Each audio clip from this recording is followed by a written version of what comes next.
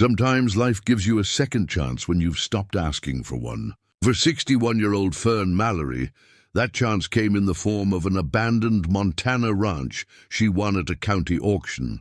No one could explain why the property had no back taxes, no heirs, no strings attached. It was just hers. The ranch was broken down, weathered by years of neglect, but it offered Fern something precious, a fresh start. On her second evening there, she opened an old stone well behind the house. Inside, she found a leather satchel containing letters, photographs, and a journal from someone who vanished 70 years ago. What was hidden in that well, and why was she meant to find it? Before we jump back in, tell us where you're tuning in from. And if this story touches you, make sure you're subscribed, because tomorrow, I've saved something extra special for you. Fern Mallory had spent 32 years married to a man who looked at her the way you'd look at a familiar piece of furniture.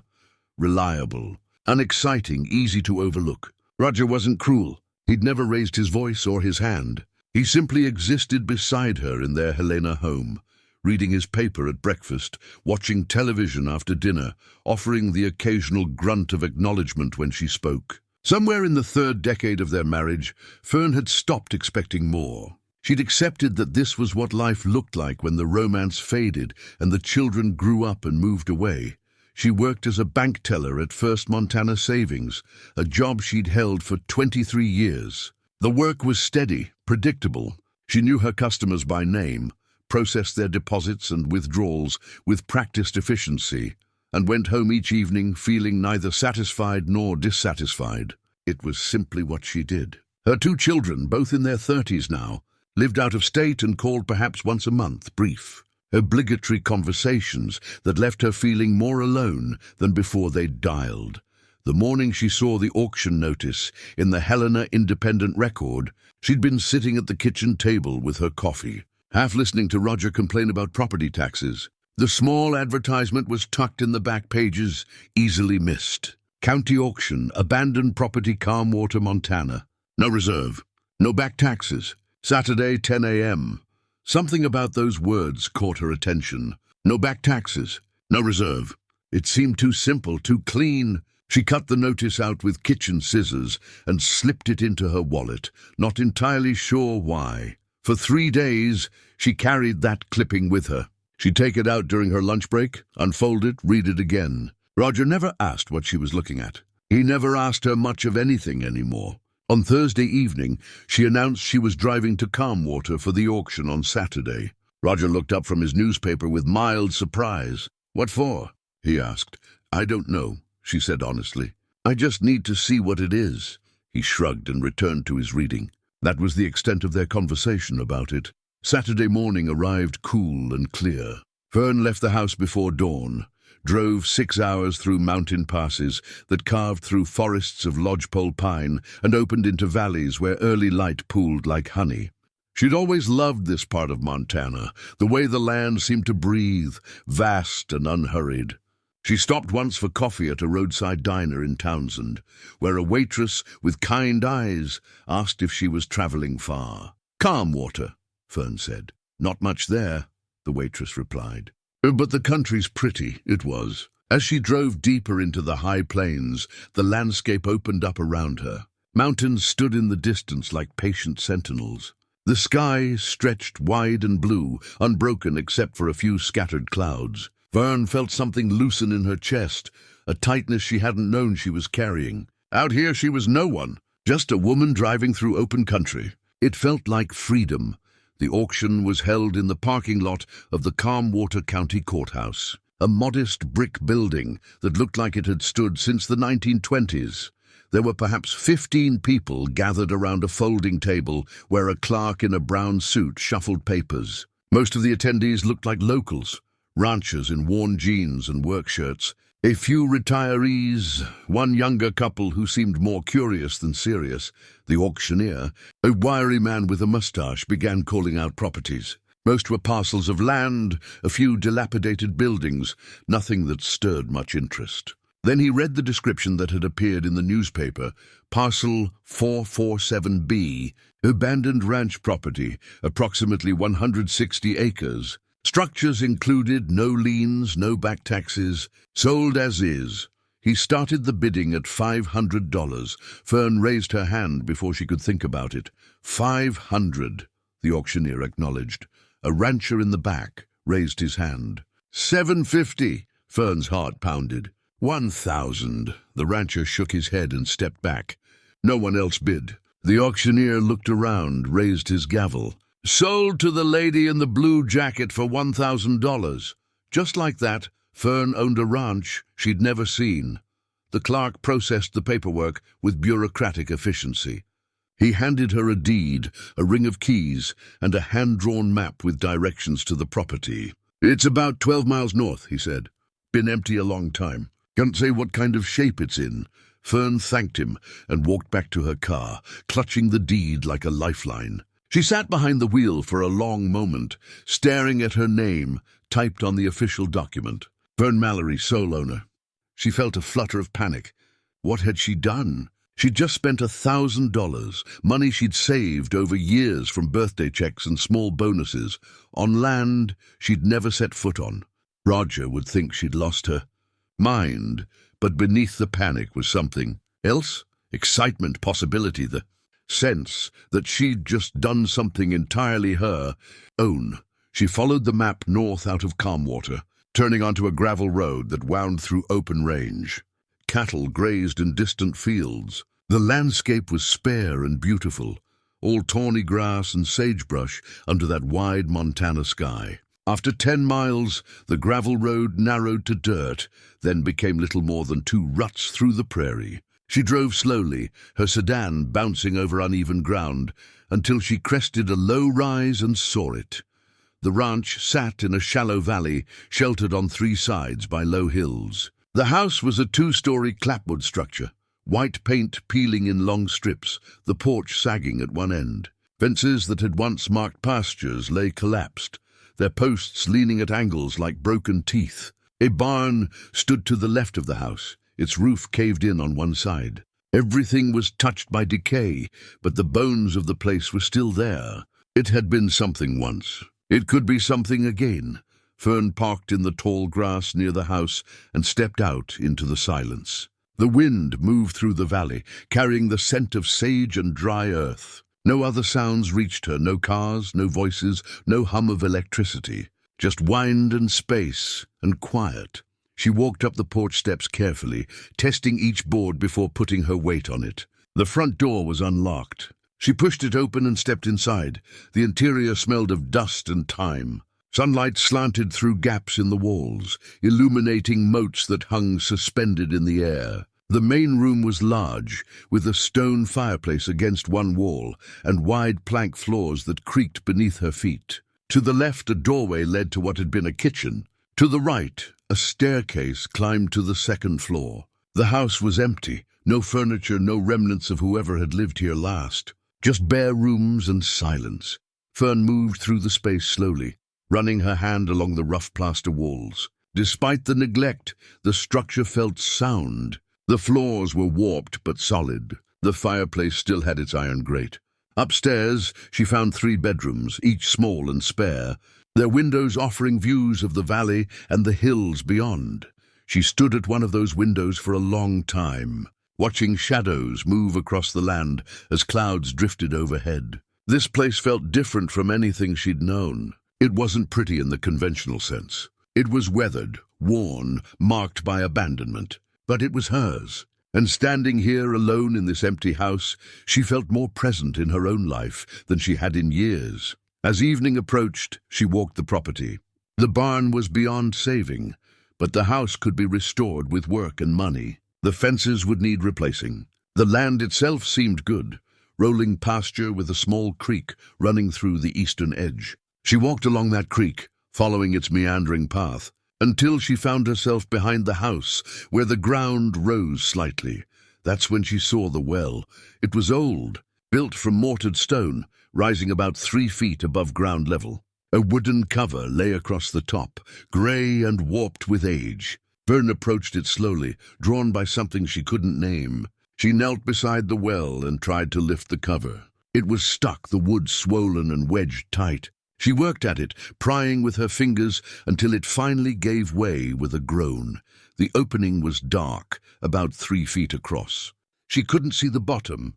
She dropped a pebble and heard it splash seconds later, so there was still water down there.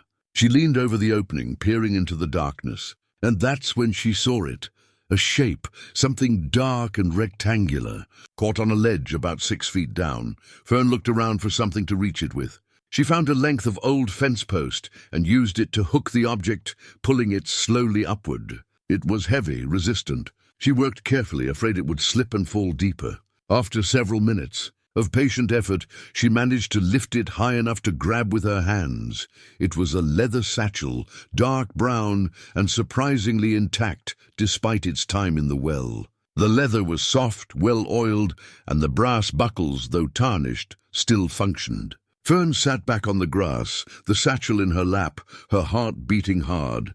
She carried it back to the house. Night was falling, and she had no electricity. She found candles in her car.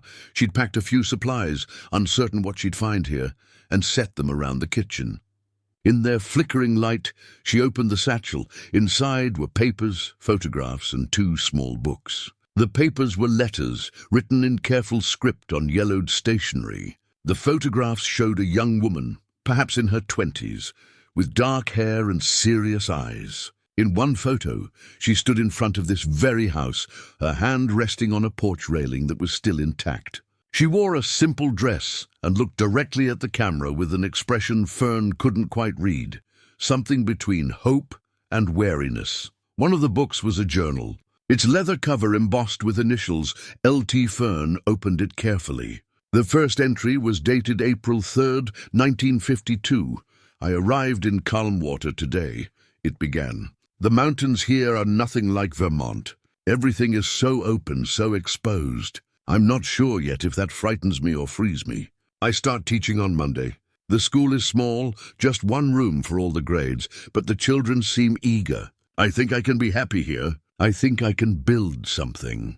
Fern read through several entries, each one revealing a little more about the woman who'd written them. Her name was Lily Trask. She'd come from Vermont to teach school. She wrote about her students, about the landscape, about settling into a small rented room in town. Her voice was thoughtful, hopeful, tinged with loneliness. Then, in the entries from late 1951 and early 1952, the tone shifted. She began writing about someone she called C. The entries grew more personal, more emotional. "C met me after school today.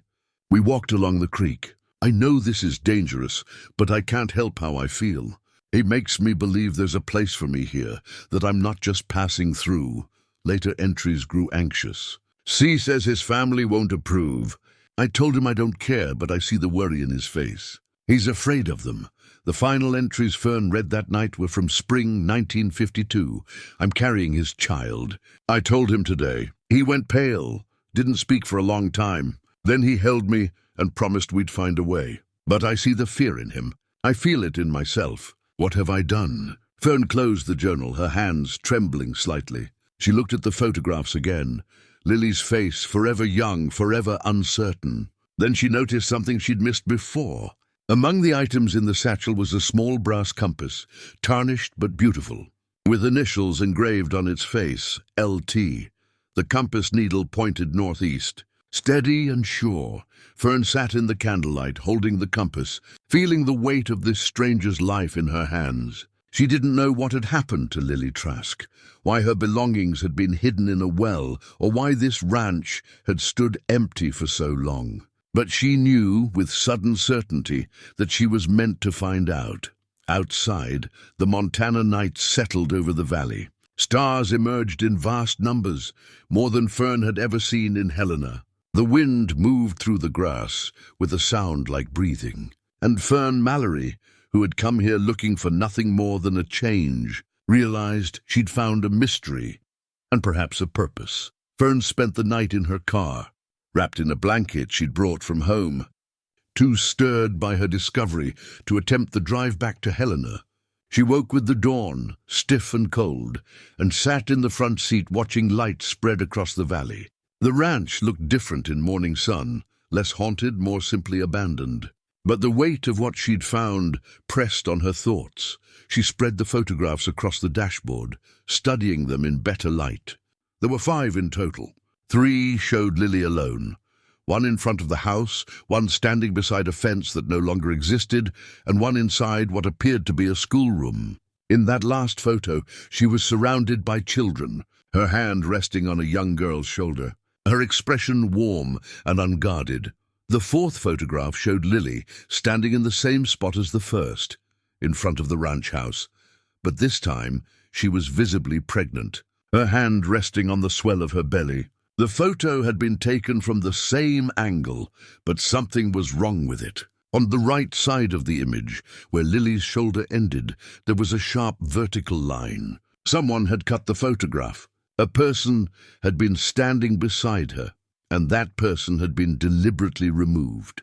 The 5th photograph was of the house itself, taken from a distance, showing the full property with its fences intact and the barn still whole. It looked cared for, lived in, a working ranch, not the ruin it had become.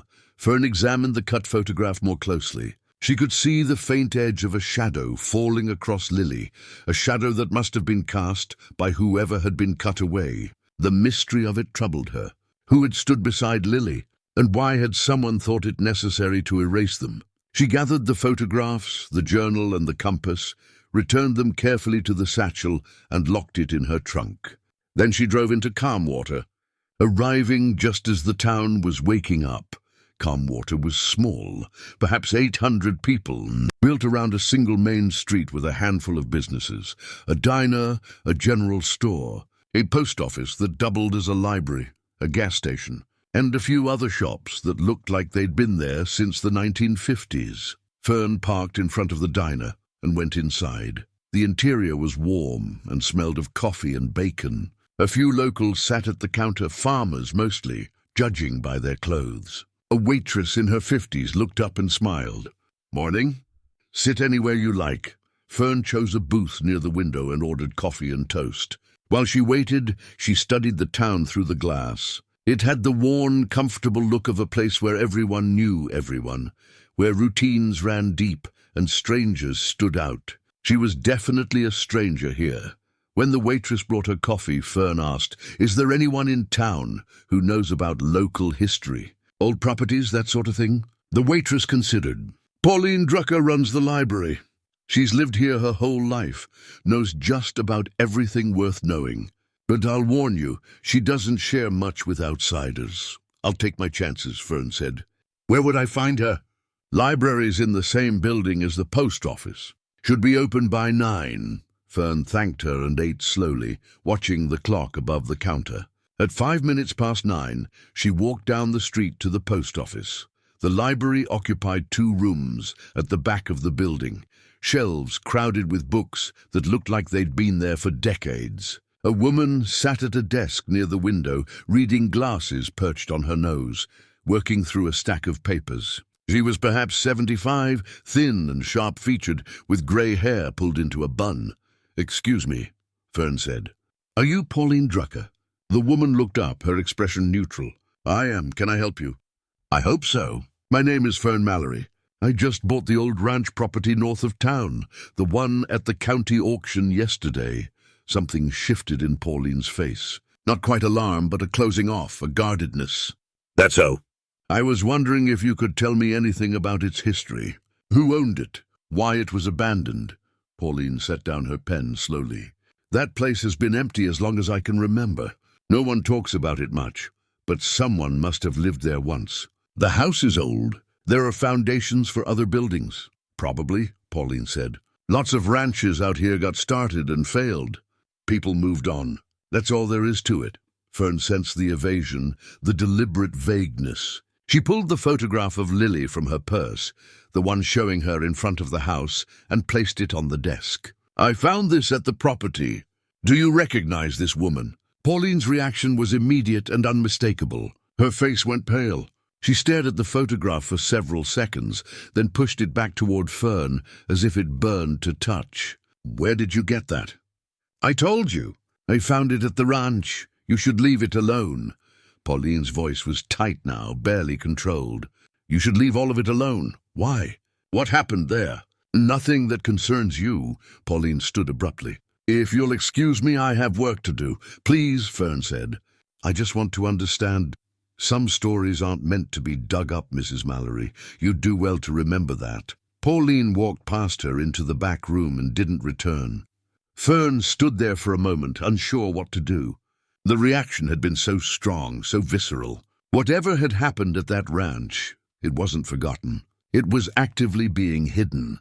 She left the library and stood on the sidewalk, considering her options. A man was sitting on a bench outside the general store, perhaps 60, with graying hair and the weathered look of someone who'd spent his life outdoors. He was watching her with open curiosity. Fern walked over. Excuse me, I'm looking for information about an old ranch north of town. The one that was auctioned yesterday. The man studied her for a moment, then nodded. Heard you bought it. Word travels fast here. I'm learning that. Do you know anything about the property? He was quiet for a moment, then gestured to the bench. Sit down. Name's Boyd Tanner. Fern sat, and Boyd looked out at the street as if gathering his thoughts. My grandfather worked that ranch back in the early 50s. Didn't talk about it much, but I remember a few things he said. There was a woman who lived there alone for a time. School teacher, he said. Then one day she was just gone, vanished. No one knew where she went, or if they did, they never said. What was her name? He never mentioned it. Just called her the teacher, but he always got a sad look when he spoke of her. Like something bad had happened. Fern showed him the photograph. Is this her? Boyd took it carefully, held it close. His expression softened. Could be. Looks about right for the time period. Where'd you find this? In a well behind the house. There was a satchel with letters and a journal. Her name was Lily Trask. Boyd handed the photo back, his jaw tight. Lily Trask. I'll remember that. He was quiet for a moment, then said, If you're planning to dig into this, you should know the town won't help you. Whatever happened back then, people have decided to keep it buried. But I'll tell you something my grandfather said once. He said, that woman deserved better than what they gave her. Always wondered what he meant by that. Who's they? Fern asked. Boyd met her eyes. The ones with power. The ones who decide what gets remembered and what gets forgotten. He stood slowly. If you need help going through county records or tracking down information, I've got time. Used to work in surveying before I retired. I know my way around the courthouse. Why would you help me? Fern asked. Boyd smiled slightly. Because my grandfather would have wanted me to, and because I'm tired of secrets. Fern felt a surge of gratitude. I'd appreciate that very much.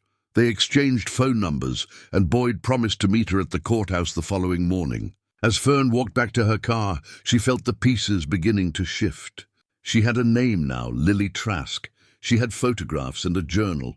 She had someone willing to help her search. And she had the certain knowledge that whatever had happened to Lily wasn't just forgotten. It was being actively suppressed. She drove back to the ranch and spent the afternoon reading more of Lily's journal, sitting on the porch steps in the sun. The entries grew increasingly anxious as spring turned to summer in 1952. Lily wrote about feeling watched, about strange cars driving slowly past the school, about C becoming distant and afraid. He says his family knows, she wrote in June. He says they'll take care of everything. But the way he said it frightened me. I don't think he means they'll help. The final entry was dated September 14th, 1952. They came today, his father and two men I'd never seen. They offered me money to leave, to sign papers giving up any claim. I refused. They weren't pleased. I'm afraid of what comes next. If anything happens to me, someone should know the truth. I loved him. My son deserves to know he was loved. The journal ended there. No more entries, just blank pages after that desperate note. Fern closed the book and looked out at the valley. Lily had been here in this exact spot, perhaps, writing those words, afraid, alone, carrying a child she would somehow lose. And then she'd vanished, her belongings hidden in a well, as if she'd never existed. But she had existed, and Fern was going to prove it. The Calmwater County Courthouse smelled of old paper and floor wax. Boyd was waiting for Fern on the front steps when she arrived Tuesday morning. a thermos of coffee in one hand and a notebook in the other. He looked more serious than he had 2 days before, as if he'd spent the weekend thinking hard about what they were about to do. "You sure about this?" he asked as they climbed the steps. "I'm sure," Fern said. Inside, they found the records office on the second floor, a cramped room lined with filing cabinets and shelves stacked with ledgers. A young clerk sat at a desk, looking up with mild surprise when they entered. "We'd like to see land records from the 1950s, Boyd said. "Specifically for the property north of town, parcel 447B. The clerk directed them to a section of files and left them to it. For the next 3 hours, Fern and Boyd worked through dusty ledgers, tracing ownership of the ranch backward through time. What they found was puzzling. The property had changed hands 5 times between 1950 and 1955. In 1950, it was owned by a man named Walter Grigsby. In 1952, ownership transferred to Lily Trask. There it was in black and white, her name on a deed dated April 1952. But then, just 6 months later, ownership transferred again, this time to something called the Grigsby Family Trust. After that, the property sat in the trust until 1975, when it transferred to the county for unpaid taxes, except there were no taxes listed as unpaid. It was simply annotated as abandoned, no claimants. "That makes no sense," Boyd muttered, running his finger down the column of numbers. "If there were no taxes owed, why would it transfer to the county?" Fern pulled out the satchel and retrieved the torn piece of paper she'd noticed tucked into the back of Lily's journal. She thought at first it was just scrap paper, but now, looking at it more carefully, she realized it was part of a legal document. The heading read, "Deed of Transfer," and showed Lily's name as partial owner. But the bottom half was torn away, signatures, dates, legal language all missing. "Look at this," she said, showing Boyd. "Someone tore this deed, deliberately." Boyd studied it, his jaw working. "That's not an accident."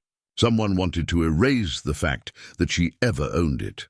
They asked the clerk if there were any other records related to the property, court cases, disputes, anything. The clerk checked and returned, shaking his head. "Nothing. Property records only." "What about birth records?" Fern asked. "Deaths, marriages?" "Those would be in the Vital Records office, first floor." They headed downstairs and spent another hour searching. They found no death certificate for Lily Trask in Calmwater County, no marriage record, no forwarding address in any file. It was as if she'd simply ceased to exist after September 1952, but they did find one small mention in a newspaper archive, the library. Maintained, Boyd had suggested checking there after they'd exhausted the courthouse. It was a brief notice in the Calmwater Gazette from October 1952. "Miss Lily Trask has resigned her position as schoolteacher. The school board thanks her for her service and wishes her well." No explanation, no forwarding information, just a polite dismissal. "They erased her," Fern said quietly, staring at the microfilm screen. "Completely." Boyd was silent for a long moment. Then he said, "My grandfather told me once that the Grigsby family ran this town, owned most of the land, controlled the timber business, had their hand in everything. If they wanted something done, it got done. No questions asked. Are there still Grigsbys here?" "One, Harrison Grigsby. He's in his 80s, lives at the Pineview Care Home on the edge of town. Last of that generation." Fern felt her pulse quicken. "Do you think he'd talk to us?" "Only one way to find out." They drove separately to the care home, agreeing to meet in the parking lot. Fern used the time to gather her thoughts, to prepare what she might say. This wasn't just about satisfying curiosity anymore. This was about justice, about giving voice to someone who'd been silenced. The care home was a single-story building surrounded by well-kept lawns. Inside, the air smelled of antiseptic and cooked vegetables. A nurse at the front desk regarded them with professional courtesy. "We're here to see Harrison Grigsby," Boyd said. "Is he available for visitors?" The nurse checked a chart. "He's in the common room. But I should tell you, his memory comes and goes. Some days are better than others." They found Harrison in a wheelchair near a window, a blanket across his lap despite the warmth of the room. He was thin, his face deeply lined, his hands spotted with age. But his eyes were clear when he looked up at them. "Mr. Grigsby," Fern said gently. "My name is Fern Mallory. This is Boyd Tanner. We were hoping we could talk to you for a few minutes." Harrison studied them with what looked like weary resignation. "About what?" Fern pulled out the photograph of Lily and held it where he could see. "About this woman, Lily Trask." The effect was immediate. Harrison's face crumpled, and tears welled in his eyes. "Lily," he whispered. "Oh God, Lily." Fern knelt beside his wheelchair. "You knew her." "I told them to leave her alone," Harrison said, his voice breaking. "I told them she hadn't done anything wrong. But they wouldn't listen." "They never listened to me?" "Who wouldn't listen?" Boyd asked. "My father, my brother." Harrison wiped at his eyes with a shaking hand. "Cameron was the one who—" He stopped, struggling with the words. He got involved with her. She was so young, so far from home. He should have known better, should have protected her." "Cameron was the father of her child?" Fern asked gently. Harrison nodded miserably. "He was engaged to marry the daughter of a senator. Father had arranged it. When Lily turned up pregnant, father lost his mind. Said she was trying to ruin the family. But she wasn't like that. She wasn't trying to trap anyone. She just—" His voice broke again. "She just loved him. And Cameron loved her, I think. But not enough to stand up to father. What happened to her?" Fern asked. Harrison looked out the window, his expression haunted.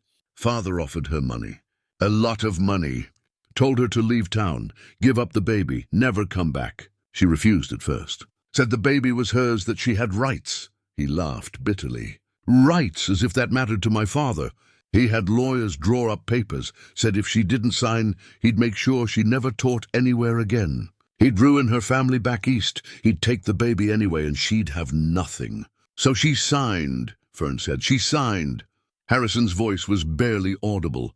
"Gave up custody. But she didn't leave right away. She stayed at that ranch. Father had given it to her, thought it would keep her quiet. But then she hired a lawyer, tried to fight the adoption. That's when things got worse." "Worse how?" Boyd asked, though his voice was tight, as if he already suspected. Harrison closed his eyes. "I don't know all of it.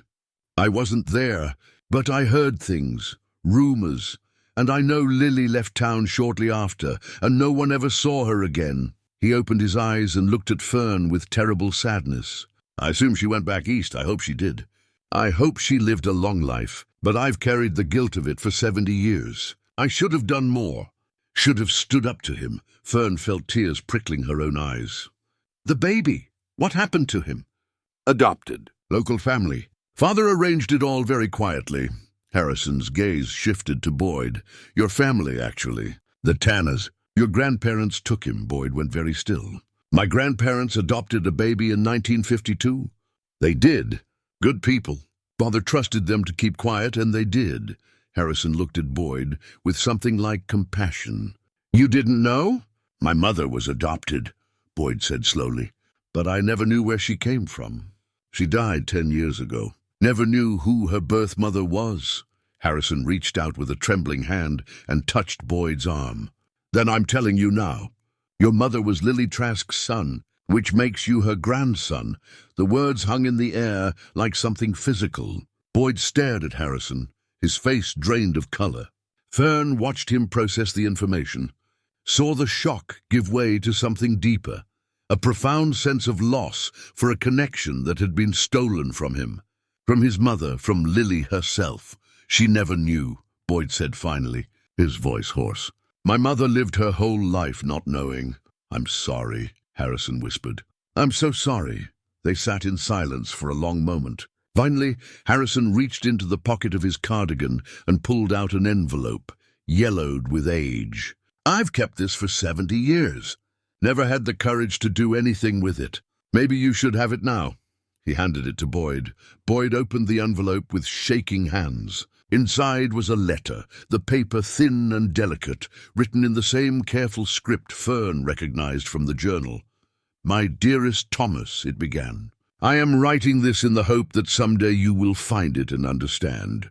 I want you to know that I loved you from the moment I knew you existed. I wanted to keep you, to raise you, to give you everything a mother should give. But the world is not always kind to women like me, and I was not strong enough to fight the forces arrayed against me. The letter went on for 2 pages. Lily explaining her love, her regret, her hope that he would have a good life with his adoptive family. She described herself, her love of books, her home in Vermont, her dreams of teaching. "If you ever find this," she concluded, "know that I return to where the river meets the woods in Vermont. If you look for me there, perhaps we can meet again. I will wait for you always. With all my love, your mother, Lily." Boyd folded the letter carefully and returned it to the envelope. When he looked up, tears streaked his face. "Thank you," he said to Harrison. "Thank you for keeping this." Harrison nodded, exhausted by the conversation. They left him there by the window and walked out into the afternoon sun, both of them silent and shaken by what they'd learned. Fern spent that evening at the ranch, clearing brush near the barn while her mind worked through everything they'd learned. The physical labor helped, gave her hands something to do while her thoughts churned. Boyd had gone home to process the revelation about his mother, promising to call in the morning. She understood his need for solitude. What he'd learned today had rewritten his entire family history. As the sun dropped toward the mountains, painting the sky in shades of amber and rose, Fern's shovel struck something solid. She knelt and brushed away dirt, uncovering a small metal object. It was a locket, tarnished silver, half buried in the earth. She worked it free and carried it to the porch, where the light was better. The locket was oval, about the size of a silver dollar, with delicate engraving on its face, flowers and vines worn smooth by time. She pried it open carefully. Inside was a tiny photograph, brown with age, but still visible. A newborn baby, eyes closed, wrapped in a blanket. Opposite the photograph was a lock of dark hair tied with thread, and engraved on the inside of the locket were the initials LT and the words May 1952. Fern sat very still, holding this piece of Lily's heart in her hand. The baby in the photograph was Thomas, Boyd's mother. Lily had held this locket, had placed this photograph inside it, had kept it close. Then somehow it had ended up buried near the barn, dropped, hidden deliberately. There was no way to know. She called Boyd. He answered on the second ring, his voice rough. "I found something," she said. "A locket. It has a picture of the baby, your mother, and a lock of hair. Lily's initials are inside." Boyd was quiet for a long moment. "Where?" "Buried near the barn. I was clearing brush and just found it. Can I see it?" "Of course." "Come by whenever you're ready." He arrived within the hour, driving up as the last light faded from the sky. Fern met him on the porch and placed the locket in his hand. He opened it, stared at the tiny photograph, and something in his expression broke. He sank onto the porch steps, the locket cradled in his palm, and wept. Fern sat beside him, saying nothing, just being present. Sometimes that was all you could offer, witness to another person's grief. After a while, Boyd wiped his face and said, "My mother always wondered who she was, where she came from. She used to say she felt like a book with the first chapter missing. And now I'm holding that first chapter, and she'll never know it existed. But you know," Fern said gently, "and you can make sure her story, Lily's story, doesn't stay buried." Boyd nodded slowly. "Harrison said Lily went back east, Vermont, right? If she lived there, there would be records. We could find out what happened to her." "We could," Fern agreed. "Would you want to?" "I need to, for my mother's sake. And for mine." He looked at the locket again. "This proves Lily had the baby, that she loved him enough to keep this. But then it ended up buried here, and she ended up gone. Something happened between May and September 1952, something bad enough that she left everything behind. They decided to search for Lily's records in Vermont, starting first thing in the morning. Boyd had a friend who worked in the state records office in Montpelier who owed him a favor. With any luck, they could at least find out if Lily had returned home and what had become of her. That night, Fern couldn't sleep. She lay in her car. She'd been staying at a motel in Calmwater, but had driven back to the ranch after Boyd left, and stared up through the windshield at the stars. She thought about Lily, about Boyd, about the strange chain of events that had brought her to this place. A month ago, she'd been living her quiet, numb life in Helena. Now she was lying in a car in the Montana wilderness, holding the pieces of a 70-year-old tragedy. In the morning, Boyd called with news. His friend in Vermont had found records for a Lily Trask in Brattleboro. She'd returned there in late 1952 and lived at an address on Elm Street until her death in 1998.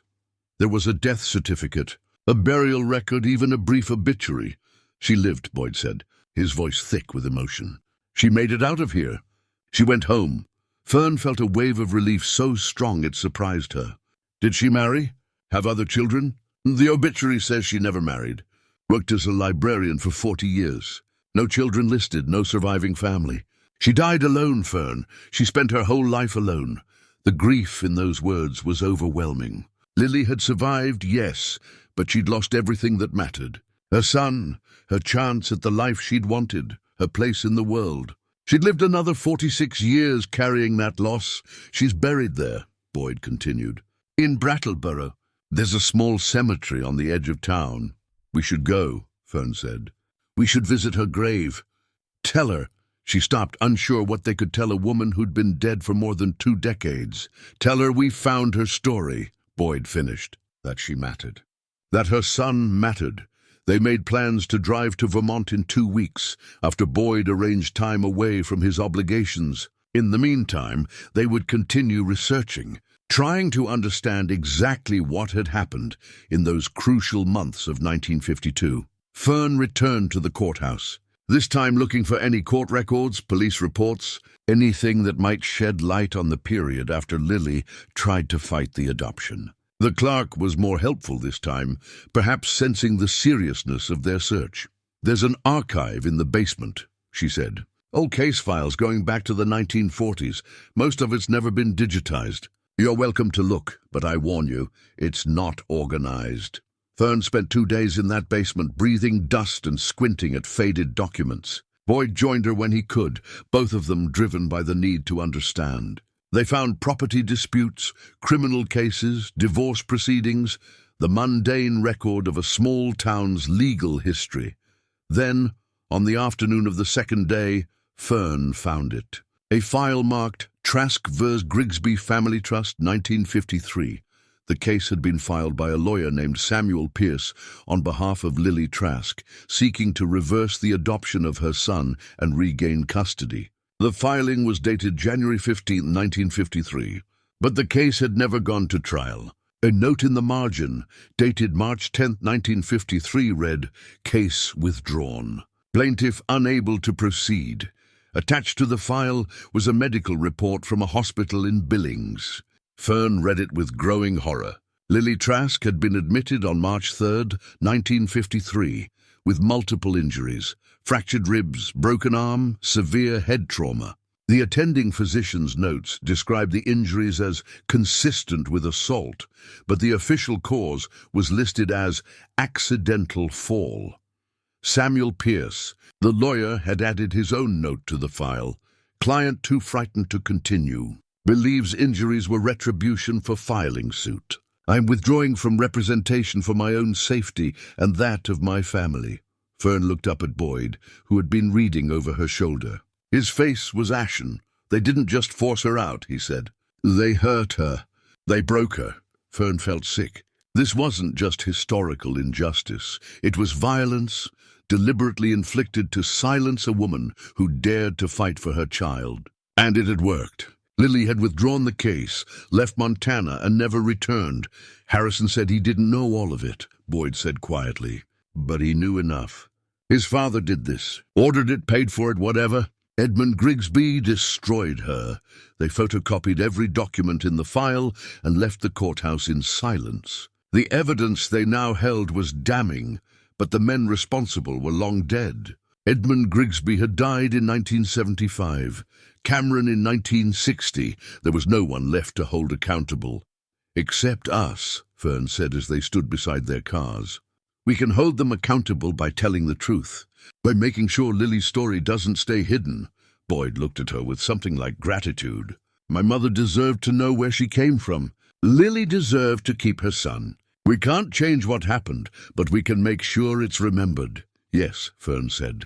We can do that. The church records office in Billings was housed in the basement of St. Anthony's, a stone building that had stood since 1923.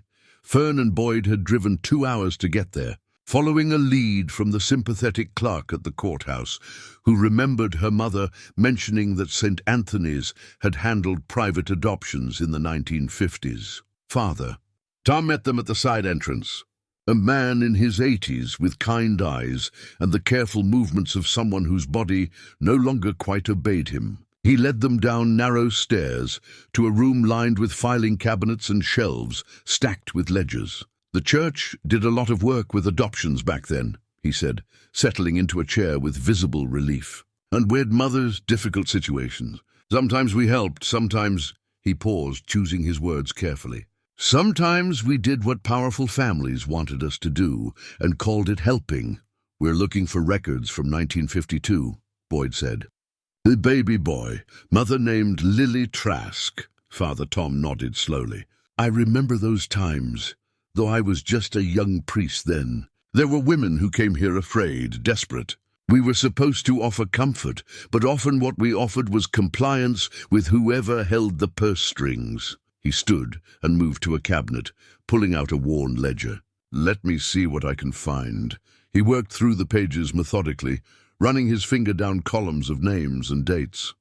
After several minutes he stopped. Here, baby boy, mother L.T., placed May 18, 1952.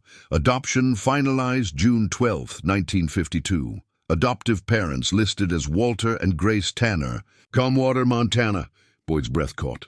Those were my grandparents. Father Tom looked at him with gentle understanding. Then this child was your mother. He was, Boyd said quietly. She was. There's a note here in the margin, Father Tom said, leaning closer to read the faded handwriting. It says the baby was baptized before placement. Name given as Thomas Trask, baptismal certificate issued. He looked up. That's unusual. Most babies in private adoptions weren't baptized until after placement, with their new family names. If this child was baptized as Thomas Trask, it means the birth mother insisted on claiming him legally, at least in the eyes of God. Can we see the baptismal certificate? Fern asked.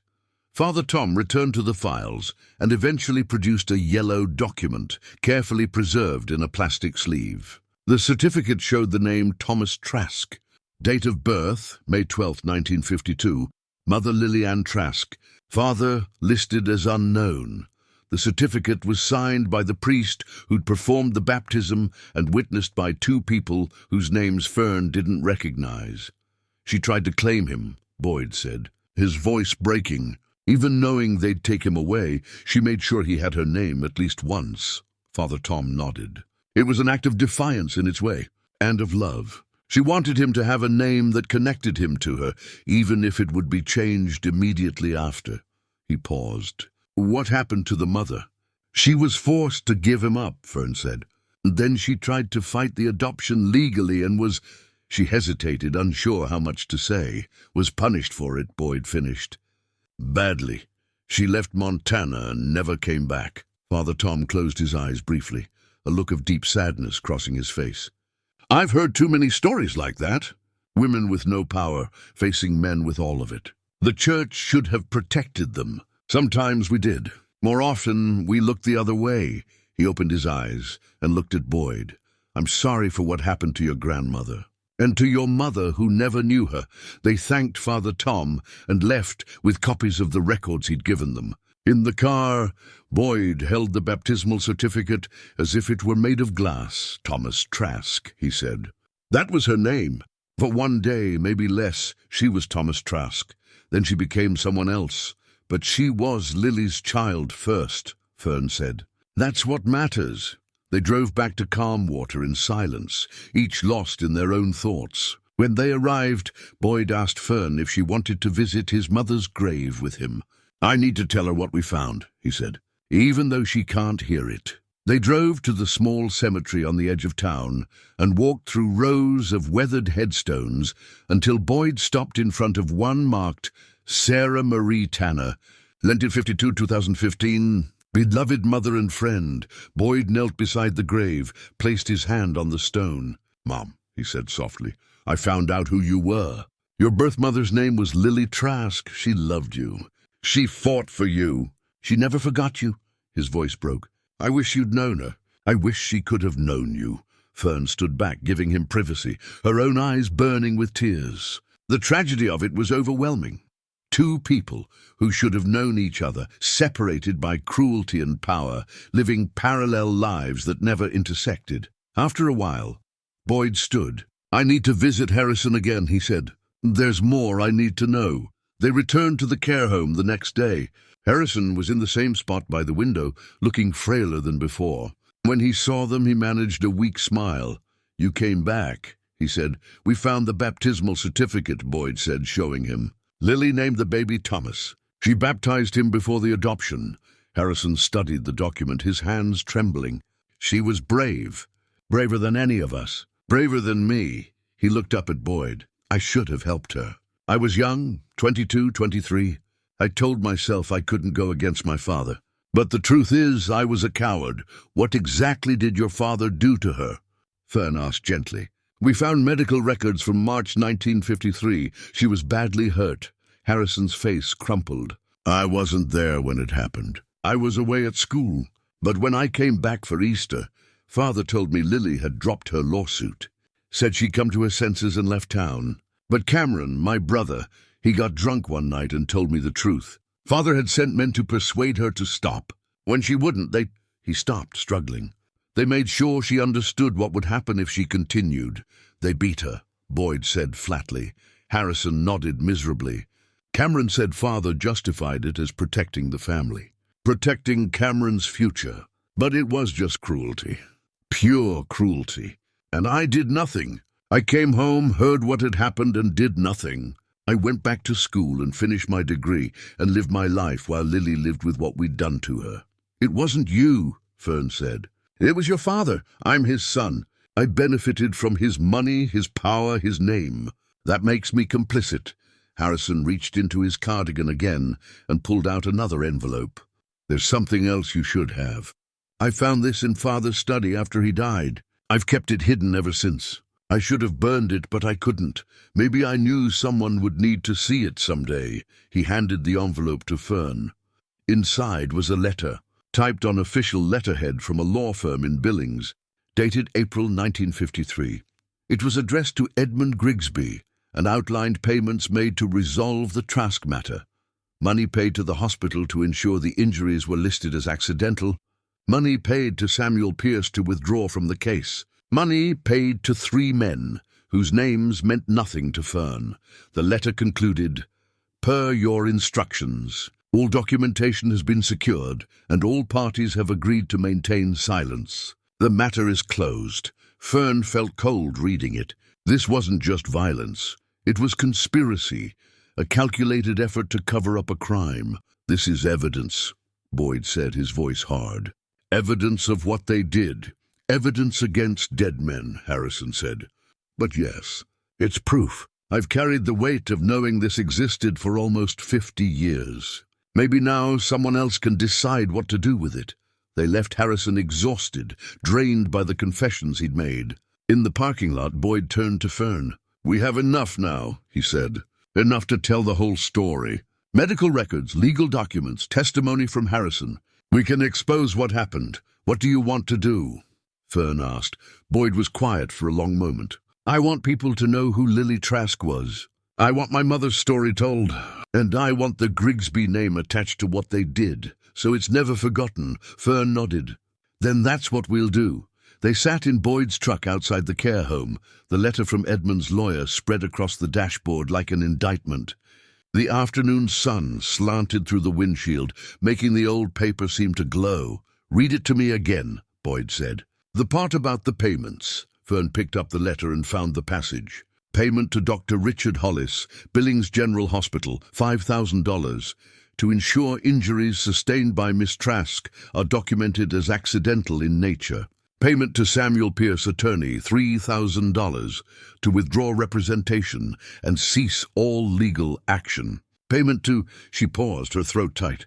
Payment to persons unnamed, $7,000 for services rendered in resolving the matter. Services rendered, Boyd repeated bitterly. That's what they called it. Breaking a woman's bones, terrorizing her into silence. Services rendered. Fern folded the letter carefully. Your grandfather, Walter Tanner, he wasn't involved in this, was he? I don't think so.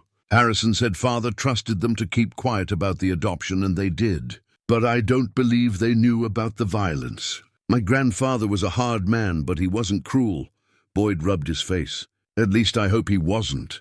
The adoption records showed they took the baby in May. The attack happened in March, months later. So they weren't part of that. Boyd nodded, seeming relieved. Small comfort, but I'll take it.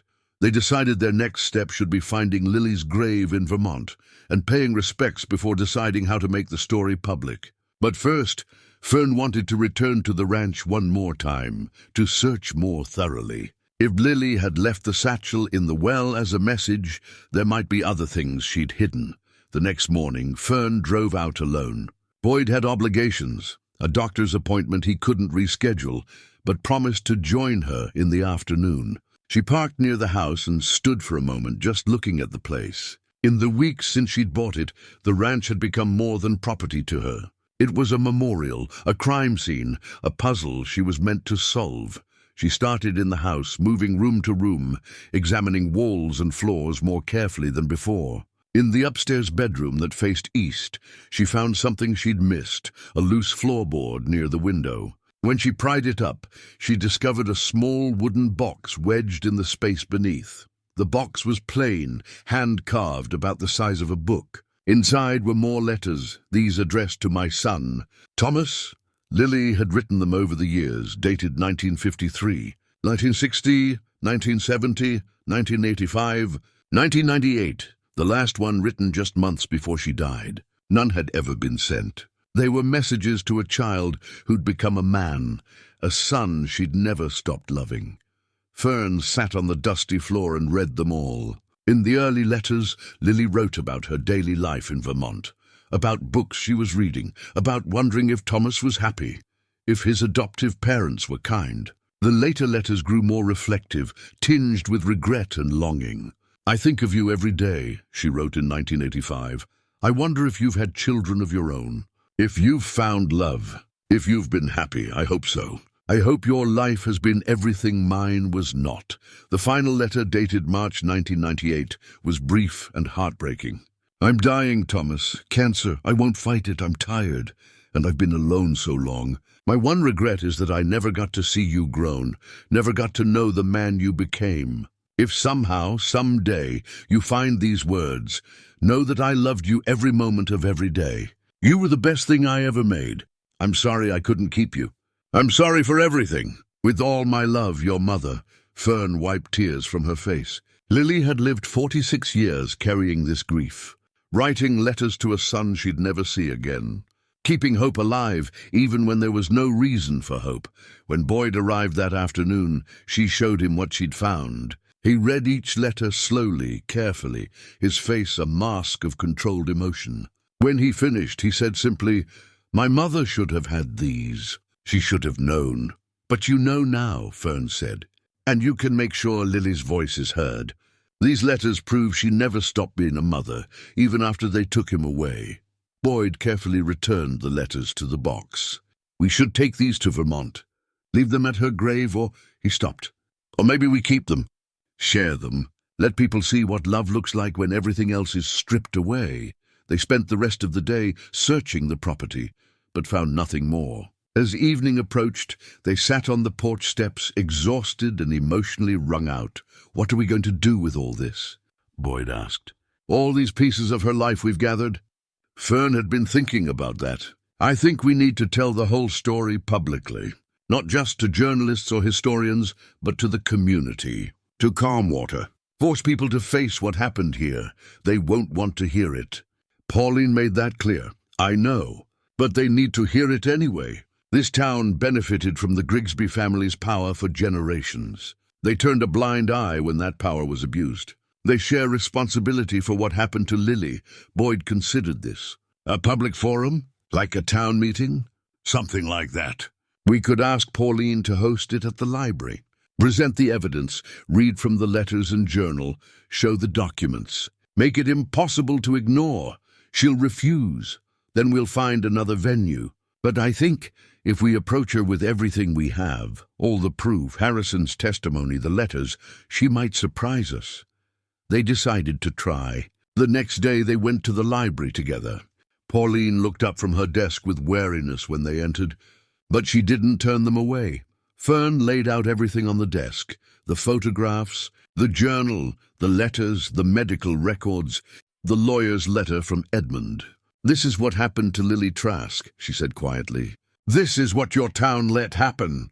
Pauline looked at each item slowly, her face growing paler. When she reached the medical report, she put a hand over her mouth. "Dear God," she whispered. "The Grigsby family did this," Boyd said, with the town's silent approval. "And then everyone pretended she'd never existed." Pauline sat down heavily. "I was a child in 1952. I didn't know any of this." "But your parents did," Fern said gently. "Your grandparents." "Everyone who was an adult then knew something. And they chose silence." Pauline was quiet for a long time, staring at the documents spread before her. Finally she said, "What do you want from me?" "Help us tell the truth," Boyd said. "Host a gathering here. Let us present this evidence to the community. Give Lily a voice she was never allowed to have. People won't like it. The Grigsby name still carries weight here, even if Harrison's the last of them." "I know," Fern said. "But it needs to be said anyway. History shouldn't be buried just because it's uncomfortable." Pauline touched the photograph of Lily, her fingers trembling. She looked so young, so hopeful. She was quiet again, then nodded slowly. "All right, I'll host it, but I can't promise people will come." "They'll come," Boyd said. "Word spreads fast here. You said so yourself." They set the date for 2 weeks out, giving them time to organize the presentation and for word to spread through calm water. Pauline agreed to put up notices and make phone calls. Boyd would prepare a statement. Fern would organize the documents into a clear timeline. As they left the library, Fern felt both anxious and determined. They were about to ask an entire town to confront its past, to acknowledge complicity in something terrible. It wouldn't be easy. People would resist, would defend their parents and grandparents, would argue that it was all so long ago that no one living bore responsibility. But they had to try. For Lily, who'd been silenced. For Boyd's mother, who'd never known her own story. For all the women whose voices had been erased by powerful men who thought they could rewrite history to suit themselves. The truth mattered, and Fern was going to make sure it was heard. 3 days before the scheduled gathering, Fern decided to drain the well completely. She couldn't shake the feeling that there was more to find, that Lily, knowing she was leaving, might have hidden other evidence where it would eventually be discovered. She hired a local contractor with pumping equipment, a man in his 50s named Russell, who asked no questions about why she wanted an old, well-drained. He arrived early in the morning with his truck and equipment, and by noon the water level had dropped enough to see the bottom clearly. Fern climbed down a ladder Russell had positioned, her feet touching the mud at the well's base. The stone walls were rough, covered in moss and sediment. She ran her hands along the surface, feeling for anything unusual. On the eastern side, about 3 feet up from the bottom, her fingers found a gap between stones, not natural weathering, but a deliberate opening. She pulled at the loose stone, working it free. Behind it was a cavity, and inside that cavity was a metal box, about the size of a shoebox, sealed with wax. "Found something?" she called up to Russell. He helped her climb out, and she carried the box to the porch. Boyd arrived within the hour. She'd called him immediately, and they sat together, the box between them. The wax seal was brittle, breaking away easily. Inside the metal box was another journal, different from Lily's. This one was bound in dark leather, with no markings on the cover. The pages were water-stained but mostly legible. Fern opened to the first page and stopped. The handwriting was different from Lily's, strong, angular, masculine. And the name written inside the front cover was Edmund Grigsby. Boyd leaned closer. "That's the father. The one who—" "I know," Fern said, her heart pounding. Why would Lily have his journal? She began reading aloud. The entries were dated 1975, written in the months before Edmund's death. The first few were mundane, notes about business dealings, complaints about age and failing health. Then the tone shifted. June 14th, 1975, Cancer. 6 months, maybe less. I find I'm thinking about things I haven't thought about in years. Choices I made, things I did to protect this family. The weight of it is heavier than I expected. June 30th, 1975. I dreamed about the Trask woman last night. Haven't thought about her in 20 years. Woke up with her face clear in my mind, the way she looked that day in my office when I made my offer. She was so young, so defiant. I thought I was protecting my son, protecting our name. But lying here, dying, I wonder if I was just protecting my own pride. July 12th, 1975. I've asked my lawyer to bring me the files. All of them. Everything related to the Trask matter. I need to see it all again, understand what I did. Margaret says I'm tormenting myself needlessly. She doesn't understand. Or maybe she does and doesn't want to face it either. Fern turned the page, her hands shaking slightly. The next entries grew darker. July 28th, 1975. I thought I was protecting my family, but I became a monster. I see that now. The Trask woman came to Montana with hope, with plans to build a life. My son seduced her. There's no other word for it. He was engaged, knew he couldn't marry her, but he took what he wanted anyway. When she turned up pregnant, I saw only the threat to our reputation, to Cameron's political future. I never saw her as a person. Just an obstacle. Boyd's jaw was tight. Keep reading. August 10, 1975. I tried to do it cleanly. Offered her money, enough to start over somewhere else. She refused. Said the child was hers, that she had rights, as if a schoolteacher from nowhere had rights that could trump a Grigsby. I see now how arrogant that was. How cruel. August 18th, 1975. She hired that lawyer, Pierce. Filed papers to reverse the adoption. I panicked. Saw everything I'd built threatened by one woman's determination. So I did what I always did. I used my power. I sent Hollis and his men to persuade her. Told them to make it clear she needed to drop the case. Fern's voice was barely above a whisper now. August 25th, 1975. I didn't order them to hurt her. That's what I told myself for years. I said persuade, not harm. But I knew who Hollis was, what he was capable of. I knew, and I sent him anyway. When he told me what they'd done, broken ribs, fractured arm, head trauma, I felt sick. But I paid him. Paid them all to keep quiet. Paid the hospital to list it as an accident. Paid Pierce to withdraw. And I told myself I'd had no choice. September 3rd, 1975. I learned today that she left Montana. Pierce told me before he took the money. Said she was too injured to travel for weeks, that she'd been terrified, that she'd asked him why no one would help her. He said he told her this was Montana, and the Grigsbys owned Montana. I'm not proud of that. I'm ashamed. But I was relieved she was gone. Boyd stood abruptly and walked to the edge of the porch, his back to Fern. She continued reading, though her voice shook. September 15th, 1975. Cameron died 15 years ago. Drove his car off a cliff drunk. Everyone said it was an accident, but I've always wondered if some part of him couldn't live with what we'd done. He never spoke of the Trask woman after she left, but he drank more, smiled less. Maybe guilt ate at him the way it's eating at me now. October 2nd, 1975. I kept the ranch empty. Couldn't bring myself to sell it or develop it. That land, it's where she lived, where she carried my grandson, where she tried to build something. It feels cursed by what I did. I've instructed my lawyer to leave it abandoned in perpetuity. Let it stand as a monument to my shame. Maybe someday someone will find the truth there. October 20th, 1975. I'm dying. The pain is considerable. I deserve it. I thought about confessing publicly, but what would that accomplish now? The woman is gone. I assume she's alive somewhere, hopefully living a better life than the one I allowed her here. Cameron is dead. Harrison knows some of it, but not all. This journal is my confession. I don't expect forgiveness. I don't deserve it. I destroyed a young woman's life to protect my family's reputation. That's the truth of who Edmund Grigsby was. The final entry was dated November 1st, 1975, just days before Edmund died, according to public records. November 1st, 1975. I've sealed this journal and given instructions for it to be placed at the ranch, in the well where she left her own belongings. If someone ever drains that well, if someone ever finds what she left behind, let them find this too. Let them know what happened. Let them judge. The ranch will remain empty. I've tied it up legally, so it can never be sold while any Grigsby draws breath. Harrison will understand eventually. This is my penance. A piece of land poisoned by my actions, left to decay. Perhaps that's fitting.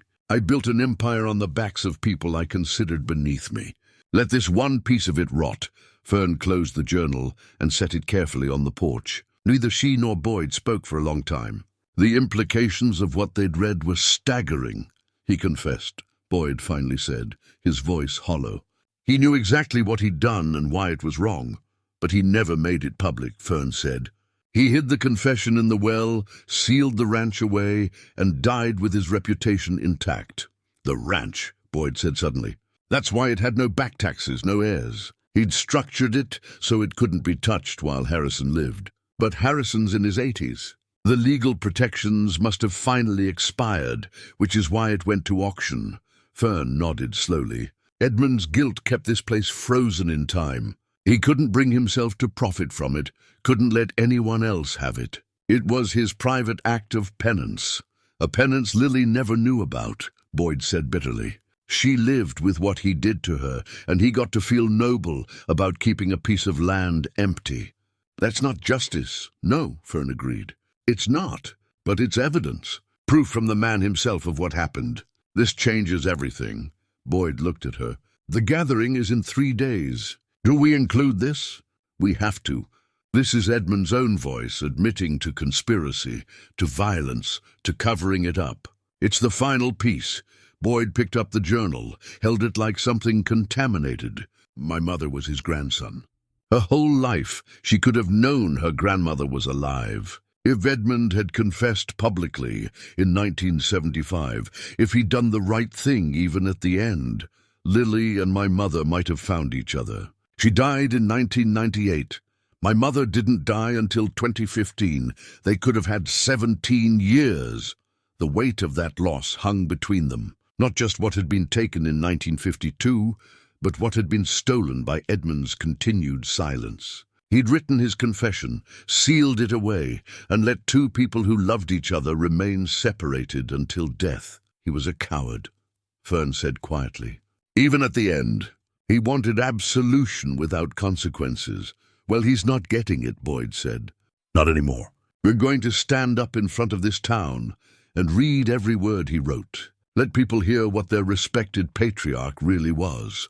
They spent the evening organizing everything. Lily's journal and letters, Edmund's confession, the medical records, the legal documents, the photographs. Each piece built a narrative that was impossible to deny or dismiss. By the time they finished, night had fallen, and the ranch was dark except for the porch light. Thank you, Boyd said as he prepared to leave, for finding this. For caring enough to dig. I think I was meant to find it, Fern said. I don't know why, but buying this ranch, finding that satchel, it feels like more than coincidence. Boyd smiled slightly.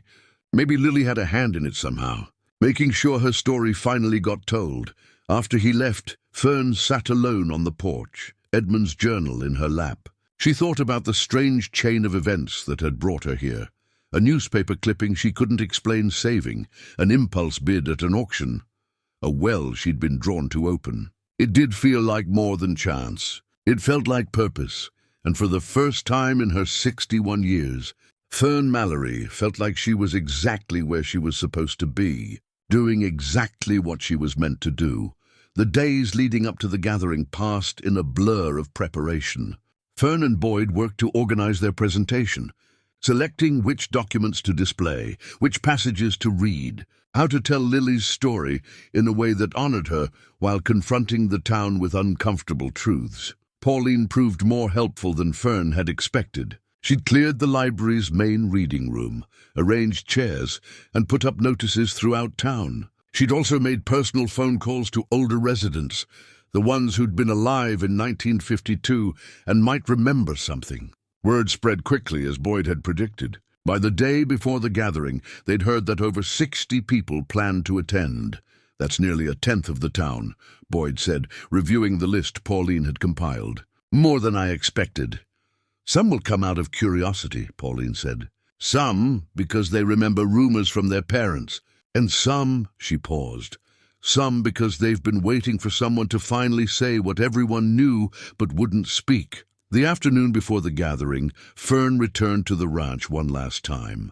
She walked through the house room by room, remembering what it had looked like when she'd first arrived. Empty, abandoned, silent. Now it felt different. Not quite alive, but no longer dead either. It felt expectant, as if waiting to see what would happen next. She walked out to the well and stood looking down into its depths. The water had refilled since they'd drained it, dark and still. This place had held Lily's secrets for 70 years, had kept them safe until the right person came along to find them. Edmund had been right about one thing. Someone would eventually discover the truth here. He just hadn't anticipated that the person would care enough to do something about it. Boyd found her there an hour later. He was carrying something wrapped in cloth, which he handed to her carefully. I found this in my mother's things, he said. After she died, I packed up her house. There were boxes I never opened, couldn't face going through. Last night I finally did. Fern unwrapped the cloth. Inside was a quilt square, hand-embroidered with flowers and a name. Lily Trask, 1952. What is this? She asked. Town heritage quilt, Boyd said. The Historical Society made one back in the 50s, with squares from all the prominent families and long-time residents. My mother had this in a box of old linens. I never knew where it came from. Fern examined the square. The embroidery was beautiful, careful work done by someone who'd taken pride in it. Lily made this. For the quilt, but it was never included, Boyd said. They took her contribution and stuck it in a drawer somewhere. Eventually, it ended up with my mother's things, probably from my grandparents' house. One more way they erased her, removed her literally from the town's history. Fern held the square carefully. We should show this tomorrow. It's proof that she wanted to belong here, to be part of the community. And they rejected her. That evening, they rehearsed their presentation in the empty reading room. Boyd would speak first, explaining his personal connection, that he was Lily's grandson. Then Fern would tell the story chronologically, showing documents and reading passages as she went. They'd end with Edmund's confession, letting his own words condemn him. What if people get angry? Boyd asked. What if they refuse to listen? Then we keep talking anyway, Fern said. We owe Lily that much. We owe your mother that much. Pauline joined them, bringing coffee and sandwiches she'd made. I've been thinking about what you're going to say tomorrow, she said. About the town's complicity. You're right, you know. We all knew something had happened. Not the details, but we knew. And we let it stay buried because it was easier than facing it. Were you told not to talk about it? Fern asked. Not directly, but there was an understanding. The Grigsby family is important here. They employed half the town at one time. Built the school, funded the library, paved the roads. You didn't cross them. You didn't question them. And you certainly didn't dredge up their scandals. She paused. I'm ashamed it took outsiders to make us confront this. You're not an outsider anymore, Boyd said gently. You're helping now. That matters. They finished their preparations and parted ways. Fern drove back to the motel where she'd been staying. She'd begun fixing up the ranch house, but it wasn't livable yet, and lay awake most of the night, going over the presentation in her mind. Anticipating questions and objections, she thought about Roger, her husband. She'd called him twice since buying the ranch. Brief conversations where she'd explained she was staying in Montana for a while, working on the property. He'd seemed neither surprised nor particularly interested. Their marriage had been over in all but name for years. This was simply making it official. Are you coming back? He'd asked during the second call. I don't think so, she'd said honestly. I think I'm supposed to be here. He'd accepted that without argument. They'd begun divorce proceedings through their lawyers, dividing property they'd accumulated over 32 years. It should have made her sad, she thought. Instead, it felt like relief. Morning came too quickly. Fern dressed carefully, nothing too formal, just clean jeans and a good shirt. She wanted to look approachable, like someone who might be their neighbor. Boyd picked her up at 8, and they drove to the library together, both of them quiet with nerves. By the time they arrived, Pauline had already set everything up.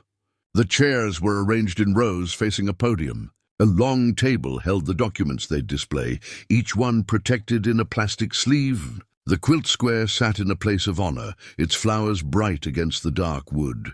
People began arriving at 9:30, though the gathering wasn't scheduled to start until 10. Fern recognized a few faces from the diner, the general store. Most were older, people in their 60s, 70s, 80s. But there were younger people too, perhaps brought by parents or grandparents who wanted them to hear. Harrison Grigsby arrived at 9:45, pushed in his wheelchair by a care home attendant. Fern caught his eye across the room, and he nodded slightly. He'd agreed to attend, to answer questions if needed, to stand as witness to his family's actions. At precisely 10 o'clock, Pauline stood at the podium and called for attention. The room quieted. She looked out at the crowd. Fern counted 68 people, more than expected, and began. "Thank you for coming. We're gathered today to talk about something that happened in calm water 70 years ago. Something that was buried and forgotten, or at least we pretended to forget. We're here because two people," she gestured to Fern and Boyd, "cared enough to dig up the truth. And because the truth matters, no matter how uncomfortable it makes us." She introduced Fern and Boyd and stepped aside. Boyd approached the podium, the letter from Lily in his hands. Fern could see them shaking slightly. "My name is Boyd Tanner," he began. "Most of you know me or know my family. What you may not know is that my mother was adopted in 1952. Her birth name was Thomas Trask. Her birth mother was a woman named Lily Trask, who came to Calmwater in 1950 to teach school." He paused, letting that sink in. "My mother died 10 years ago, never knowing where she came from, never knowing her birth mother's name. She spent her life feeling incomplete, like a puzzle with missing pieces. I'm here today because I found those pieces, and I'm going to make sure you see them too." He read the letter Lily had written to Thomas, his voice breaking in places but pushing through. When he finished, there wasn't a dry eye in the room. He held up the locket with the baby's photograph. She loved him. She wanted him. And he was taken from her by force and lies and violence. Fern took over then, walking the audience through the timeline. She showed them Lily's journal entries, the growing fear and isolation. She displayed the photograph with the cutout figure. "Someone was erased from this picture," she said. "Someone who should have stood beside Lily, but was removed to protect his reputation." She showed them the legal documents. The deed with Lily's name. The baptismal certificate proving Lily had tried to claim her son legally. The court filing for the custody suit. Then she showed them the medical report. In March 1953, Lily Trask was beaten severely. Broken bones, head trauma. The hospital listed it as an accidental fall, but the lawyer representing her wrote that she believed she'd been attacked as punishment for trying to get her son back. Murmurs ran through the crowd. Some looked shocked, others uncomfortable. An older woman in the third row stood. "That's a serious accusation. Do you have proof?" Fern held up the letter from Edmund's lawyer, the one detailing payments made. She read it aloud, every damning word. The room went silent. Then she picked up Edmund's journal. "This is the final piece. Edmund Grigsby's own confession, written in 1975 as he was dying. He hid it in the well at the ranch, where Lily had left her belongings. He wanted it found eventually. So here it is." She read selected passages, Edmund's admission of what he'd done, his acknowledgement that he'd destroyed Lily's life, his regret that came too late to matter. When she finished, the silence in the room was absolute. Fern held up the quilt square. "Lily Trask made this. She wanted to be part of this community. She embroidered her name, her hope, her claim to belong. And you," she looked out at the crowd, "you cut her out, just like someone cut her out of that photograph. You erased her from your history because it was convenient, because powerful people wanted it, because it was easier than standing up for what was right. She set the quilt square down gently. I bought the ranch where Lily lived. I found her story, and now I'm giving it back to her. The question is, what will you do with it? For a long moment, no one moved. The weight of what they'd heard seemed to press down on the room like something physical. Then slowly, people began to react. An older man in the back stood, his face flushed. The Grigsby family built this town. They gave jobs, built infrastructure. You can't judge them by one mistake. One mistake? Boyd's voice was sharp. They destroyed a woman's life. They beat her. They took her child. They threatened anyone who tried to help her. That's not a mistake. That's evil. A woman in her 70s, sitting near the front, raised her hand. I remember Miss Trask. I was in her class for a few months before she left. She was kind, patient. She made learning feel like an adventure. Her voice wavered. I asked my mother why she left so suddenly, and Mother told me never to speak of it. I was 7 years old, and I knew something terrible had happened, but no one would tell me what. Others began speaking up, sharing fragments of memory passed down through families. A man whose grandfather had worked on the Grigsby ranch remembered being told to stay away from the teacher's place. A woman whose mother had cleaned houses remembered her coming home upset after refusing work at the Grigsby mansion, though she'd never explained why. Then Harrison Grigsby raised his hand, and the room fell silent. Everyone turned to look at him. His attendant pushed his wheelchair closer to the front. Everything they've told you is true, Harrison said, his voice thin but clear. My father did these things. My brother was complicit. I was a coward who did nothing to stop them. He looked at Boyd. Your grandmother deserved better than what my family gave her. Your mother deserved to know where she came from. I'm sorry I kept silent for so long. A woman in her 60s stood. Fern recognized her from the diner. I'm Karen Grigsby, Harrison's daughter. Her voice shook. I didn't know the full truth until today. I knew there were family secrets, things we didn't talk about. But I never imagined. She stopped, collecting herself. I'm ashamed of what my family did. Ashamed that I didn't ask harder questions. Ashamed that it took strangers to make us face this. She turned to Boyd. I can't undo what was done, but I want to make it right in whatever small way I can. I'll fund a scholarship in Lily Trask's name, for single mothers pursuing education, for women who need help to build better lives. Tears streamed down her face. It's not enough.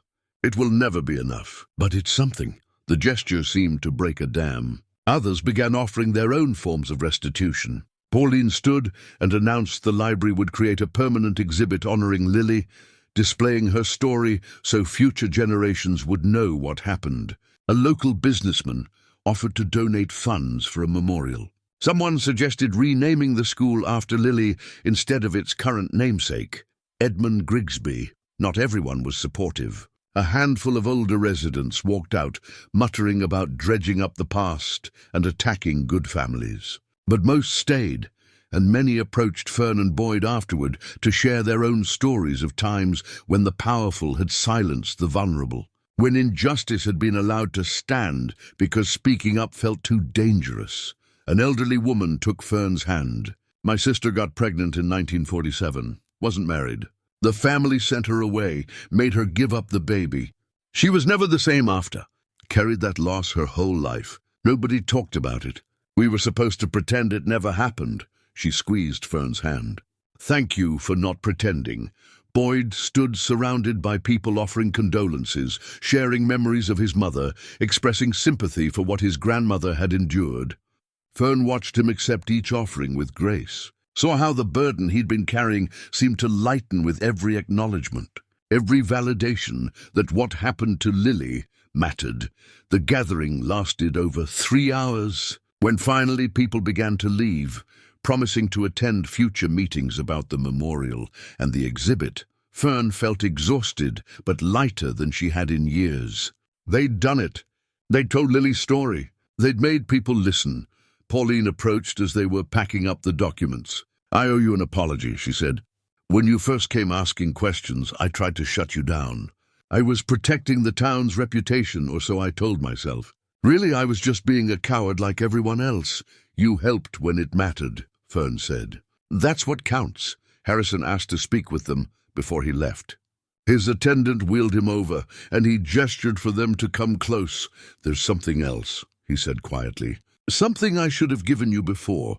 In my father's papers there was a letter from Lily, written after she left Montana. He kept it, never responded to it. I think you should have it." Harrison's attendant retrieved an envelope from a bag attached to his wheelchair. The paper was yellowed.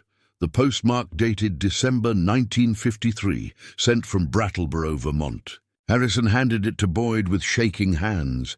"I found this 20 years ago, going through Father's effects after the house sold. I should have destroyed it, or I should have done something with it. Instead, I kept it, another piece of guilt I carried." He looked at Boyd with tired eyes. "Maybe it will help you understand her better. Or maybe it will just make you angrier at us.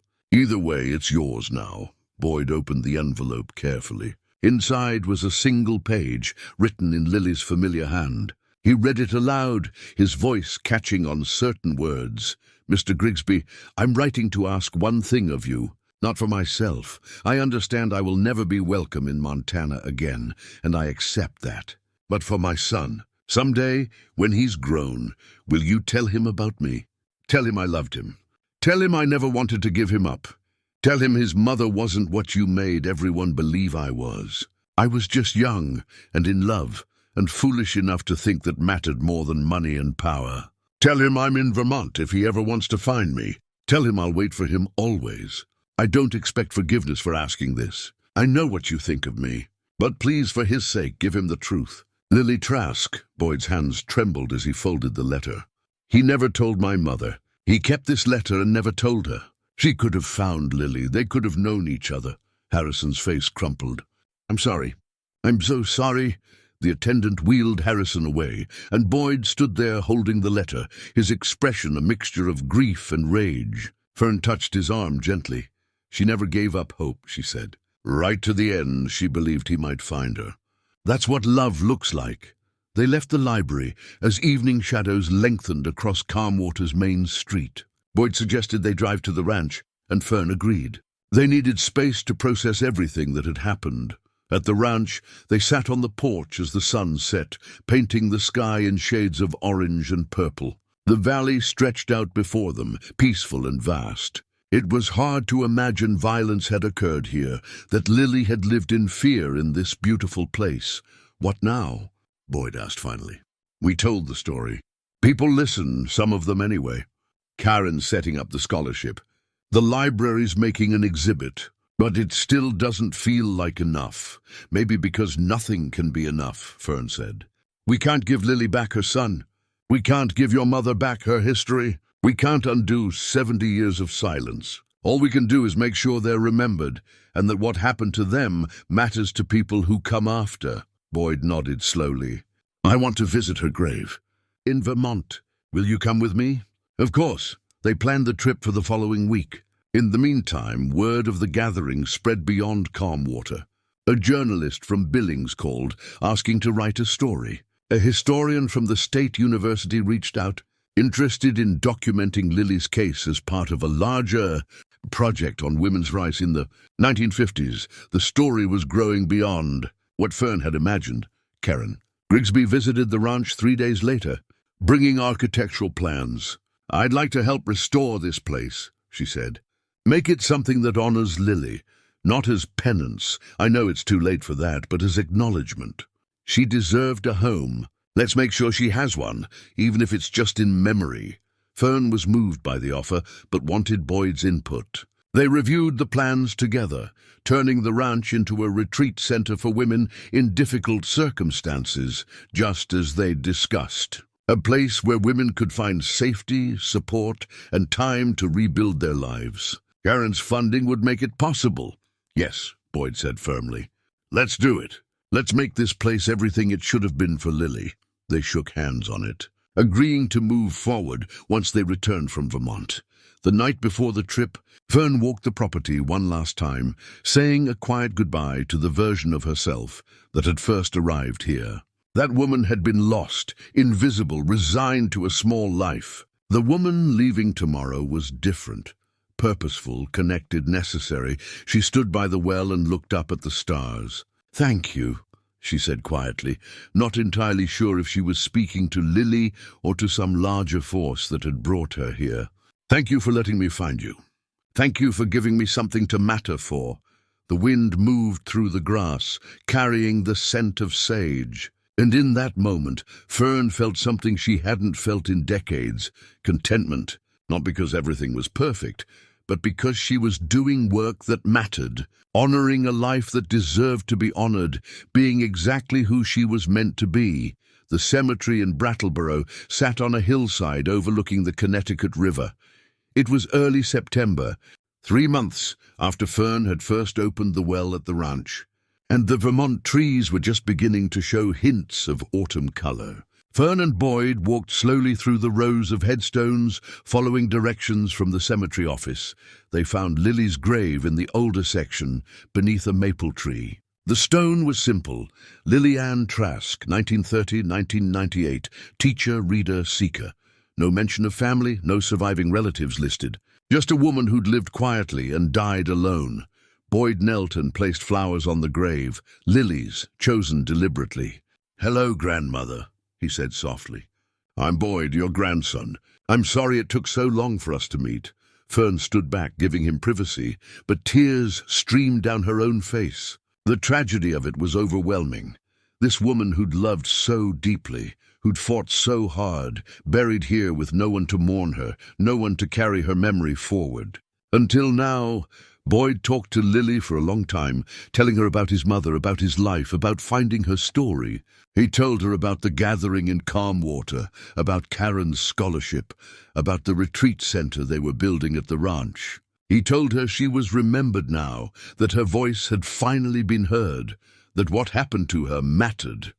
When he finished, Fern approached and knelt beside him. "Lily," she said, "I'm Fern. I found your satchel. I found your words. Thank you for trusting that someone would care enough to listen.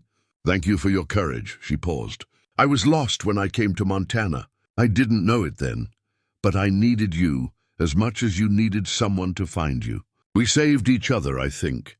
They stayed for over an hour, just sitting with Lily, feeling the peace of the place. Before they left, Boyd placed one more item on the grave, a photograph of his mother, Sarah, taken when she was young. "She was beautiful," he said. "She had your eyes. I think you would have loved each other." They visited Lily's childhood home next, a modest house on a tree-lined street that was now occupied by a young family. They didn't go in, just stood on the sidewalk looking at it, imagining Lily growing up there, dreaming of the life she'd have. A librarian at the town library helped them find old yearbooks showing Lily in high school. A serious girl with thoughtful eyes, member of the debate team and the literary magazine. "She was real," Boyd said, holding the yearbook. "Not just a victim, not just a story. She was a real person with dreams and talents and a future that got stolen from her." Before leaving Vermont, they met with a lawyer to establish the Lily Trask Memorial Foundation, funded initially by Karen Grigsby's donation, but open to contributions from others. The foundation would manage the scholarship program, fund the retreat center, and support other initiatives that helped women in vulnerable situations. The drive back to Montana took 3 days. They stopped in small towns, shared meals in diners, talked about everything and nothing. Fern told Boyd about her marriage to Roger, about the years she'd spent feeling invisible. Boyd shared stories about his mother, about the questions she'd asked about her origins, about how she'd always felt something was missing from her life. She would have loved knowing all this, Boyd said, as they crossed into Montana.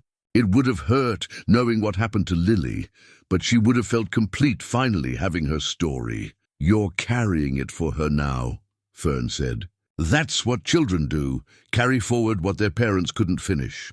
When they arrived back at the ranch, they found work had already begun. A construction crew was repairing the roof, replacing rotten boards, reinforcing the foundation. Karen had hired the contractors and was overseeing the project personally. She greeted them with a tired smile. "I've been here every day," she said. "It feels important. Like maybe if I work hard enough on this, I can balance some small portion of what my family destroyed." You're not responsible for what they did, Fern told her. Maybe not, Karen said. But I'm responsible for what I do now. And I choose this. Over the following months, the ranch transformed. The house was restored with careful attention to period details, making it comfortable while honoring its history. The barn was rebuilt as a meeting space and library. The well was cleaned and restored, with a glass cover protecting Lily's carved message and a plaque telling her story. A memorial stone stood near the well, inscribed with words Boyd had chosen. Lily Trask, 1930-1998, mother, teacher, beloved, her story reclaimed. The town of Calmwater underwent its own transformation. The library's exhibit about Lily opened in November, drawing visitors from across the state. The local school board voted to rename Edmund Grigsby Elementary as Lily Trask Community School. Pauline worked with historians to ensure Lily's story was included in the county's official history. No longer erased or forgotten, Fern moved into the ranch house permanently, making it her home in a way she'd never felt at home anywhere else. Her divorce from Roger was finalized without drama or bitterness, just a quiet acknowledgement that they'd reached the end of something that had stopped being meaningful years before. Her children visited at Christmas, surprised by the change in their mother but accepting it. "You seem happy, Mom," her daughter said. "Really happy." "I don't think I've ever seen you like this." Fern realized it was true. At 61, she'd found the purpose she'd been seeking her whole life. She was the director of the retreat center, welcoming women who needed a safe place to heal and rebuild. She was the keeper of Lily's story, giving tours and talks about what had happened here. She was a friend to Boyd, to Pauline, to Karen, people who'd become family in ways her blood relatives had never managed. The retreat center officially opened in May, 1 year after Fern had first bid on the ranch. The dedication ceremony drew over 200 people, including officials from the state capitol, representatives from women's organizations, and many of the people who'd attended that first difficult gathering at the library. Boyd spoke, his voice strong and clear. This place was meant to be a secret, a burial ground for an inconvenient truth. But secrets have a way of coming to light eventually. My grandmother, Lily Trask, lived here briefly in 1952. She loved, she hoped, she fought for her child. She was beaten for her courage and forced into silence. But her voice wasn't lost. It was just waiting. Waiting for someone to care enough to listen. He looked at Fern, standing near the memorial stone. That someone was Fern Mallory. She came here by chance, or maybe by something more than chance. She found Lily's story and gave it back to her. And in the process, she gave all of us a chance to be better than we were, to face our history honestly, to honor the women we failed to protect. Karen spoke next, announcing that the Lily Trask Scholarship had awarded its first grants to 5 women pursuing education while raising children alone. She described the retreat center's mission, the programs they'd offer, the women they hoped to help. Pauline read from Lily's journal passages that showed her hope and determination. "These words matter," she said. "They matter because they prove Lily existed, that she loved, that she deserved better. Every woman who comes here will stand on Lily's shoulders, will benefit from her story being told." As the ceremony ended and people mingled, eating food from local restaurants and exploring the restored buildings, Fern found herself alone for a moment by the well. She looked down through the glass cover at the carved message. "For Thomas, if you ever come home." He had come home in a way. Through Boyd, through the people who now knew and honored Lily's story, Thomas, Sarah, had finally come home. The circle was complete. Boyd joined her, carrying 2 glasses of lemonade.